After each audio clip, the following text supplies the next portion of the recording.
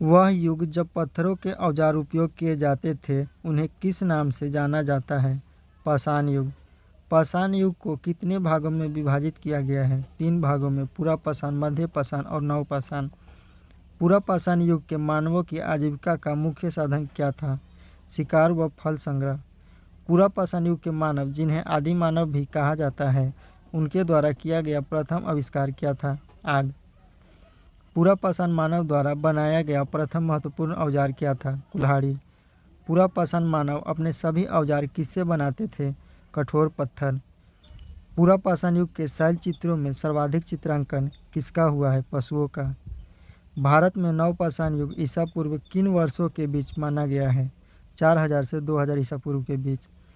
प्राचीन इतिहास के अध्ययन के संदर्भ में नवपाषाणिक शब्द का क्या तात्पर्य है? आत्मनिर्भर अर्थव्यवस्था। पशुपालन व कृषि के बाद नवपाषाण युग का सर्वाधिक महत्वपूर्ण आविष्कार क्या था? पहिया यानी कि चक्र। किस युग में पहली बार मातृ देवी की पूजा का स्पष्ट प्रमाण मिलता है? नवपाषाण युग। मिट्टी के बर्तन बनाने के लिए चाक का आविष्कार किस युग में हुआ? नवपाषाण युग में। मानव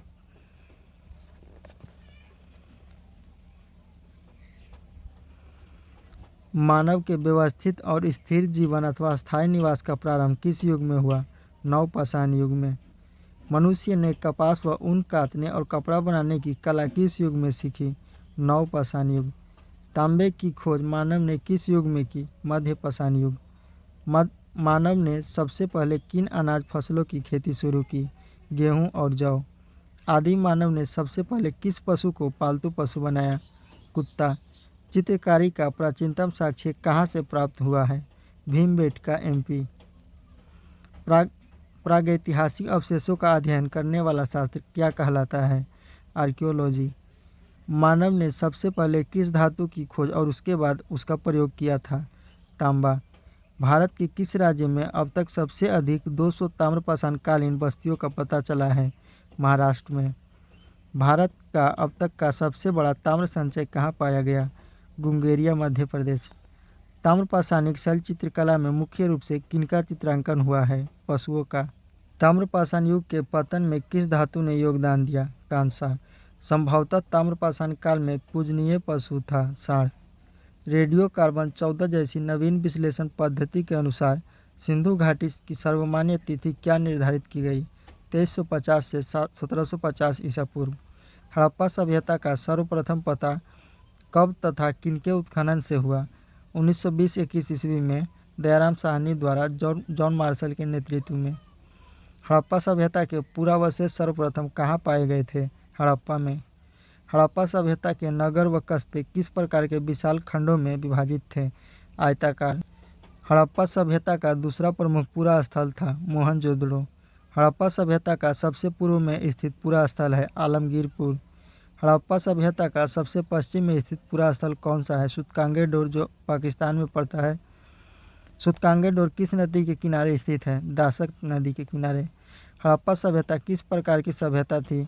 शहरी व व्यापारिक। हड़प्पा सभ्यता का सर्वाधिक महत्वपूर्ण गुण क्या था? नगर योजना। किस हड़प्पा पूरा स्थल से नक्काशीदार कच्ची ईंटों द्वारा निर्मित भवन साक्ष्य मिला है? कालीबंगा। हड़प्पा सभ्यता का एकमात्र पूरा स्थल जहाँ के मकानों के दरवाजे और खिड़कियाँ मुख्य सड़क की ओर खुलती थी? लोथल। किस हड़प्पा पूरा स्थल से एक विशाल सार्वजनिक स्नानागार मिला है? मोहनजोदड़ो। संभवतः हड़प्पा सभ्यता की सबसे बड़ी इमारत कौन सी थी? इनका साक्ष्य किस हड़प्पा पूरा स्थल से प्राप्त हुआ था? अन्नागार, मोहनजोदड़ो। किस हड़प्पा पूरा स्थल से एक उन्नत जल प्रबंधन प्रणाली के विकसित होने का प्रमाण मिला है? धौलावीरा। हड़प्पा सभ्यता के अब तक ज्ञात सभी नगरों में से सर्वाधिक समृद्ध, सुव्यवस्थित व खूबसूरत नगर माना गया है धौलावीरा। हड़प्पा वासियों का मुख्य पेशा क्या था? शिल्पकारी। किन हड़प्पा पूरा स्थल से मनके बनाने के कारखाने का साक्ष्य मिला है? लोथल और चंद्रहुदड़ो। किस हड़प्पा पूरा स्थल से गोदी या डॉकयार्ड का प्रमाण मिला है? लोथल से। हड़प्पा में माप तौल की कौन सी प्रणाली प्रचलित थी? दशमलव प्रणाली। हड़प्पा काल में माप की इकाई किस अनुपात में थी? 2 और 16। हड़प्पा वासियों ने सबसे पहले किस फसल की खेती की? कपास। हड़प्पा वासियों का मुख्य अनाज क्या था? गेहूं और जौ। किन हड़प्पा पुरा स्थल से विशेष प्रकार के गेहूं और जौ दोनों के अवशेष मिले हैं? हड़प्पा और मोहनजोदड़ो। किन हड़प्पा पुरा स्थल से धान की खेती का साक्ष्य मिला है? लोथल व रंगपुर। किस हड़प्पा से जौ, तिल व सरसों के सर्वाधिक साक्ष्य प्राप्त हुए हैं? बनावली। सबसे पहले किस हड़प्पा स्थल से जूते हुए खेत के साक्ष्य प्राप्त हुए? कालीबंगा। किस हड़प्पा कालीन पुरा स्थल से प्राप्त एक मुद्रा में शिव के आधारूप या पाशुपत रूप को चित्रित किया गया है? मोहनजोदड़ो। हड़प्पा वासियों का पवित्रम वृक्ष था पीपल। हड़प्पा वासी किस पशु को सर्वाधिक पवित्र मानते थे? कुबड़ वाला सांड या बैल। किस हड़प्पा स्थल से पुजारी की प्रस्तर या पत्थर की मूर्ति प्राप्त हुई है? हड़प्पा। हड़प्पा समाज किस प्रकार का था? मातृसत्तात्मक। हड़प्पा सभ्यता किस प्रकार का था? मातृसत्तात्मक। भारतीय प्रागैतिहासिक पुरातत्व का जनक किसे कहा जाता है? Alexander Cunningham. भारत में स्वतंत्रता के बाद सर्वप्रथम किस हड़प्पा पुरा स्थल की खुदाई की गई थी? रोपड़। स्वतंत्रता प्राप्ति के बाद हड़प्पा सभ्यता के सर्वाधिक स्थल भारत के किस राज्य में खोजे गए हैं? गुजरात। भारत में स्थित सबसे बड़ा हड़प्पा पुरा स्थल है? धौलावीरा। किस हड़प्पा पुरा स्थल को मृतकों या मुद्रों का टीला या सिंध का नखलिस्तान उपनाम से भी जाना जाता है? मोहनजोदड़ो। हड़प्पा सभ्यता को किस युग की सभ्यता माना जाता है? कांस्य युग की सभ्यता। किन हड़प्पा पुरा स्थल से घोड़े की हड्डियां प्राप्त हुई हैं? लोथल, सुरकोटदा और कालीबंगा से। किस हड़प्पा पुरा स्थल को लघु हड़प्पा कहा जाता है? लोथल। सर्वप्रथम किसने सिंधु घाटी को हड़प्पा सभ्यता नाम दिया? Sir John Marshall. विद्वानों ने वैदिक काल का विभाजन कितने भागों में किया है और कौन कौन? 2 भागों में, ऋग्वैदिक काल और उत्तर वैदिक काल।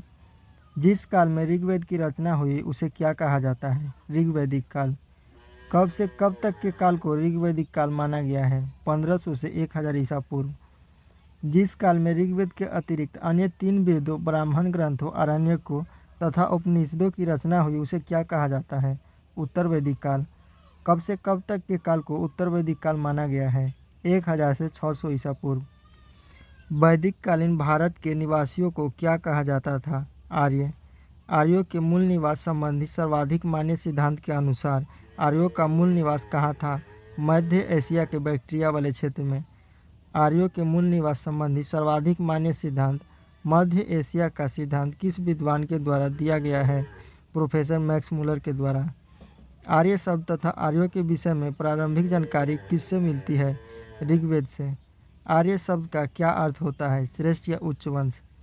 आर्यों की भाषा क्या थी? संस्कृत। भारत आने वाले आर्य क्या कहलाए? इंडो आर्य। आर्य भारत में सबसे पहले कहाँ बसे? पंजाब सब संदर्भ प्रदेश में। वैदिक समाज कितने वर्गों में विभाजित था और कौन कौन? 4 भागों में विभाजित था, ब्राह्मण, क्षत्रिय, वैश्य और शूद्र। आरंभ में अर्थात ऋग्वैदिक काल में समाज का वर्गीकरण किस आधार पर होता था? व्यवसाय। कालांतर में अर्थात ऋग्वैदिक काल में समाज का वर्गीकरण किस आधार पर होने लगा? जन्म के आधार पर। वैदिक काल में आय का कितना भाग कर के रूप में लिया जाता था? 1/16। वैदिक काल में लेन देन तथा व्यापार की कौन सी प्रणाली प्रचलित थी? वस्तु विनिमय। वैदिक काल में शिक्षा कहाँ दी जाती थी? गुरुकुल में।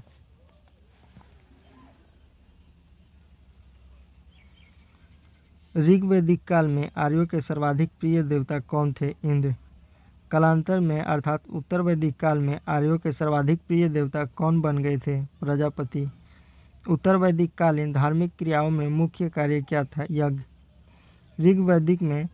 ऋग्वेद में किस नदी को सबसे पवित्र माना गया है? सरस्वती नदी को। वैदिक काल में ऋण देकर ब्याज लेने वाले व्यक्ति को क्या कहा जाता था? बेकनाद। वैदिक काल में राजनीतिक शक्ति बढ़ाने हेतु किया जाने वाला यज्ञ अश्वमेध यज्ञ। वैदिक काल में शौर्य प्रदर्शन व मनोरंजनार्थ किया जाने वाला यज्ञ था वाजपेयी यज्ञ। 6ठी शताब्दी ईसा पूर्व महाजनपदों की कुल संख्या कितनी थी? 16।